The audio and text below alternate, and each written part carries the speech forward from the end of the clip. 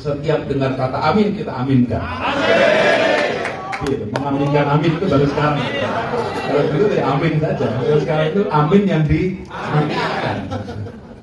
Bawaslu agak kerepotan mungkin.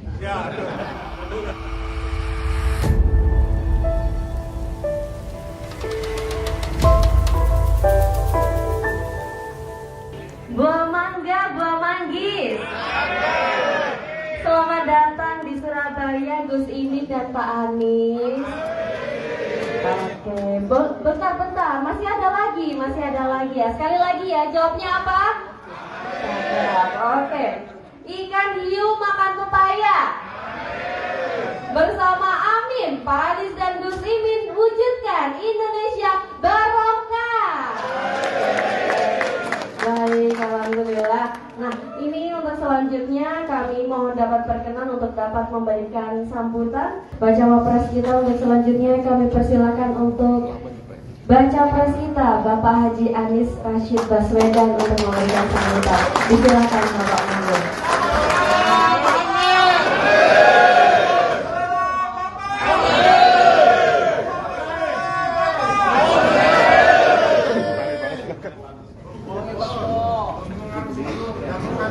Assalamualaikum warahmatullahi wabarakatuh.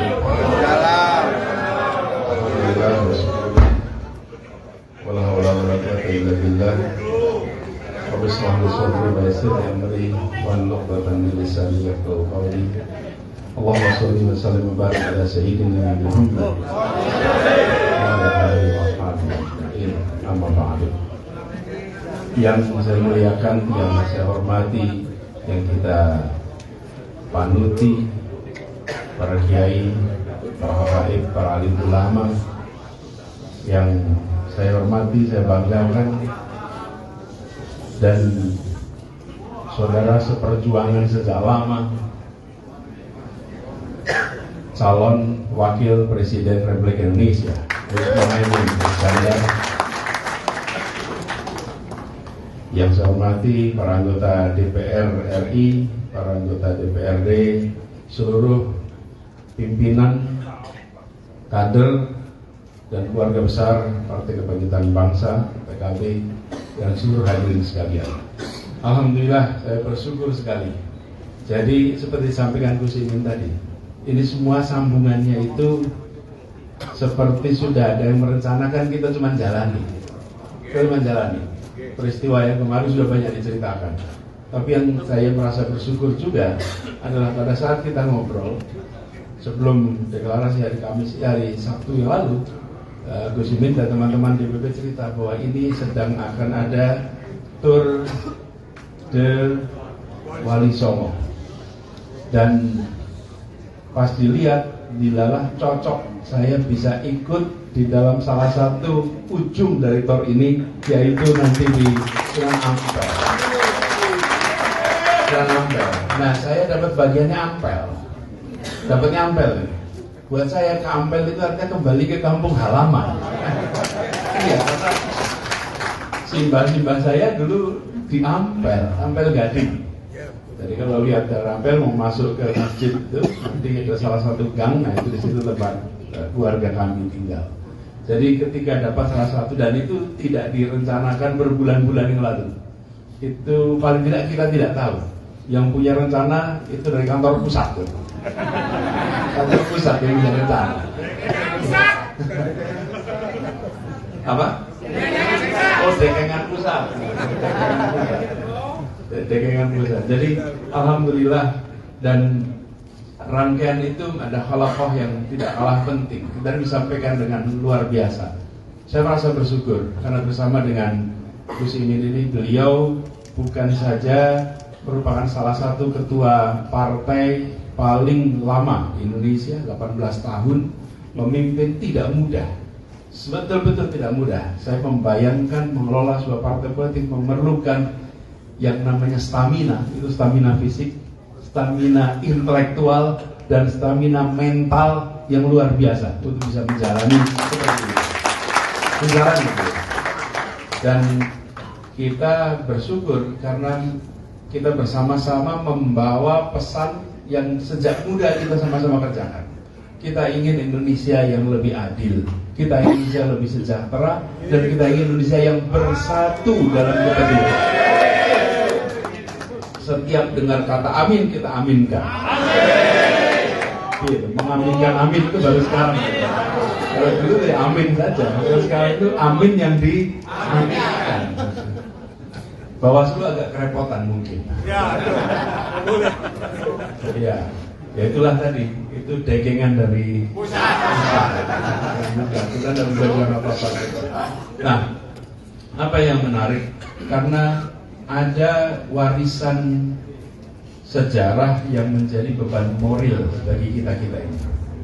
Gus Muhaimin tadi menceritakan bagaimana PKB membawa warisan sejarah ini untuk dijaga, untuk dipastikan bahwa ke depan Indonesia terus menjadi sebuah negeri yang di sini ada keteduhan, sebagaimana ketika para wali dulu memulai untuk masuk dakwah dan menghadirkan sebuah suasana yang luar biasa.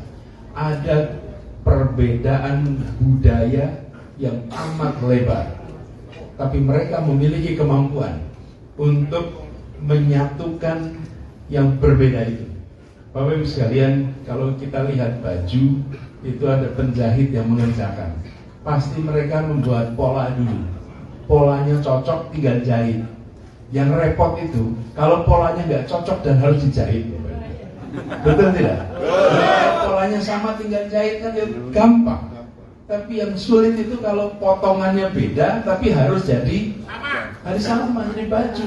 Di situ diperlukan lebih dari sekedar pengetahuan. Di situ diperlukan kealiman, kebijaksanaan, kemampuan untuk bisa mengelola, sehingga potongan-potongan yang tidak sama itu menjadi sebuah pakaian yang indah. Dan itulah Indonesia kita yang kita lihat hari ini. Jadi kami merasa ini adalah sebuah kesempatan luar biasa, karena sekarang kita mengalami situasi yang mungkin serupa. Ada perbedaan-perbedaan baik sosial ekonomi, baik sosiologis, yang membuat Indonesia ini harus kita jaga keutuhannya. Dan kita menyadari selama beratus tahun umat Islam menjadi salah satu perekat di dalam kebangsaan yang ada di Indonesia. Salah satu lagi adalah juga bahasa ini merupakan perekat di antara kita. Karena itu kita ingin sekali meneruskan menjaga tradisi ini. Insya Allah kita terus akan menjadi rahmatan lil alamin. Dan bila itu kita jaga, maka kita bukan saja meneruskan apa yang dulu sudah dikerjakan, tapi insya Allah juga memberi pelajaran bagaimana menerjemahkannya dalam konteks yang modern. Dan khususnya untuk Sunan Ampel ini agak unik, karena Sunan Ampel ini selain juga memiliki keilmuan yang luas, kita tahu keikhlasannya, murid-muridnya juga alim, Sunan Bonang, Sunan Derajat ya, itu murid-muridnya, Sunan Giri. Tapi juga beliau ada di dalam wilayah kepemimpinan politik. Inilah yang mungkin bisa menjadi inspirasi bagi kita. Bagaimana itu bisa dikerjakan secara bersamaan dan mendatangkan perasaan ketenangan, keteduhan. Ini harapannya. Dan kami bersyukur sekali bersama dengan Gus Imin kita akan menyongsong ini. Kita sevisi, kita ingin Indonesia yang masyarakatnya aman, teduh, damai, tapi juga kita menginginkan Islam yang hadir memberikan rahmatan lil alamin. Datang dengan ketenangan, keteduhan yang membuat semua melihat, merasa bersyukur kami berada di Indonesia karena memiliki karakter yang tenang, teduh, damai. Ini harapannya, dan mudah-mudahan jadi forum untuk belajar. Saya merasa bersyukur dapat kesempatan ini. Insya Allah setelah ini selesai, nanti ada kirap lagi yang menandakan lagi ada peran sejarah yang harus diteruskan.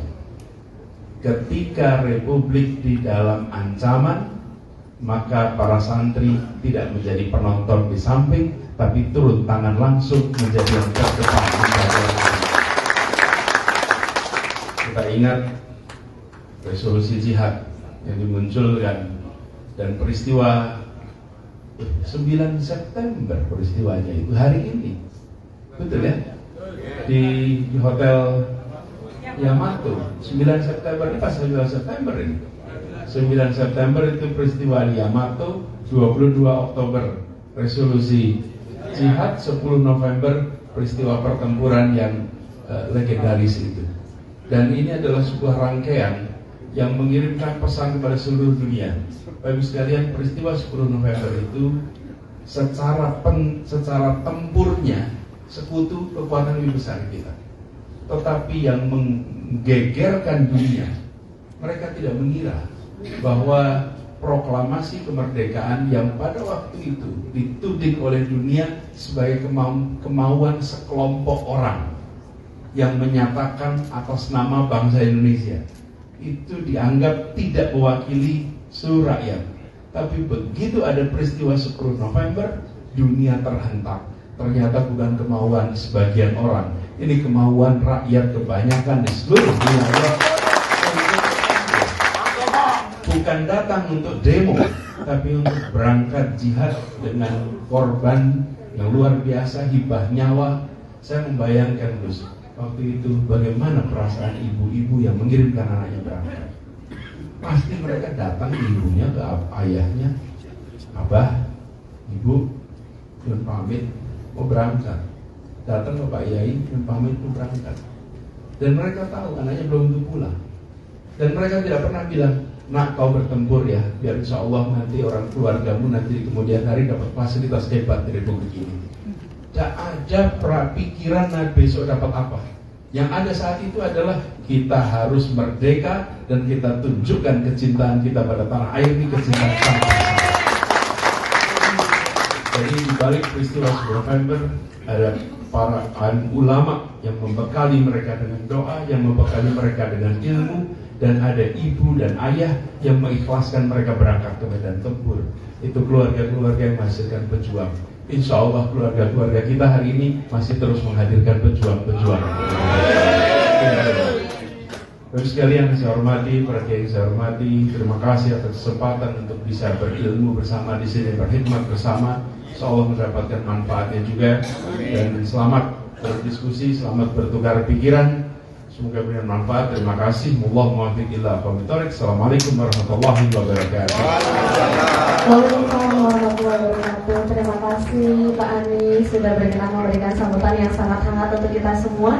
Baik Bapak Ibu, untuk selanjutnya yakni pembacaan doa yang akan disampaikan oleh Kiai Haji Mas Yusuf Muhajir. Kepada beliau disilahkan.